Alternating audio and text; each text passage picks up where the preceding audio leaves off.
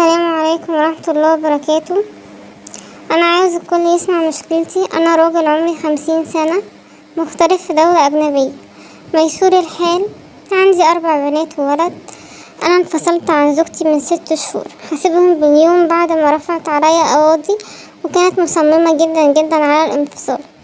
فبعت توكيل لأخويا وخلص كل الإجراءات، وهي أخدت حقوقها كاملة، وكل شهر ببعت لأولادي 30,000 جنيه. ومن يوم ما انفصلنا وانا مش بنام، ميت على قيد الحياة، ومحدش حاسس بيا.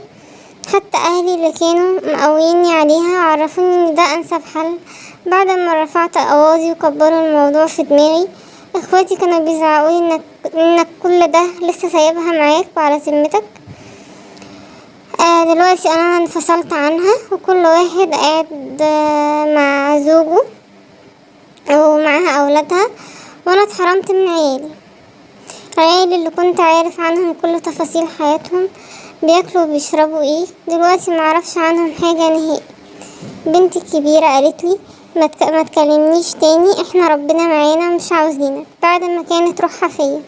ابني اللي كنت نزلت مخصوص عشان ولادته وعشان اعمل ليه عقيقة تشرف، وكنت طاير جدا من الفرحة ان ربنا كرمني اخيرا بولد، عشان اتحرمت منه وجي بعد طول انتظار، عشان العند وعشان سمعت الأهلي والكل اللي حواليا، وسمحت ان هم يدخلوا في حياتي بالقدر الكافي.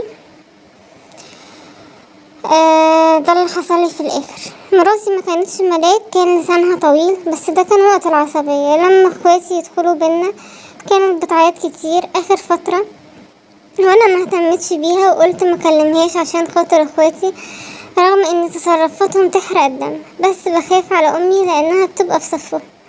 وكنت اكلم الاولاد واسيبها عشان تتعلم الادب، بس هي كانت حنينه جدا عليا وحنيت الدنيا فيها، وكانت تحس بيا وما كانتش تنيمني زعلان ابدا.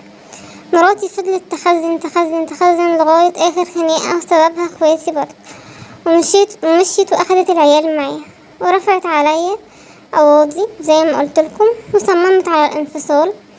ومن يومها انا ما سمعتش صوتها، وانا دلوقتي ندمان اني كنت منيمها زعلانه مني ومش راضيها.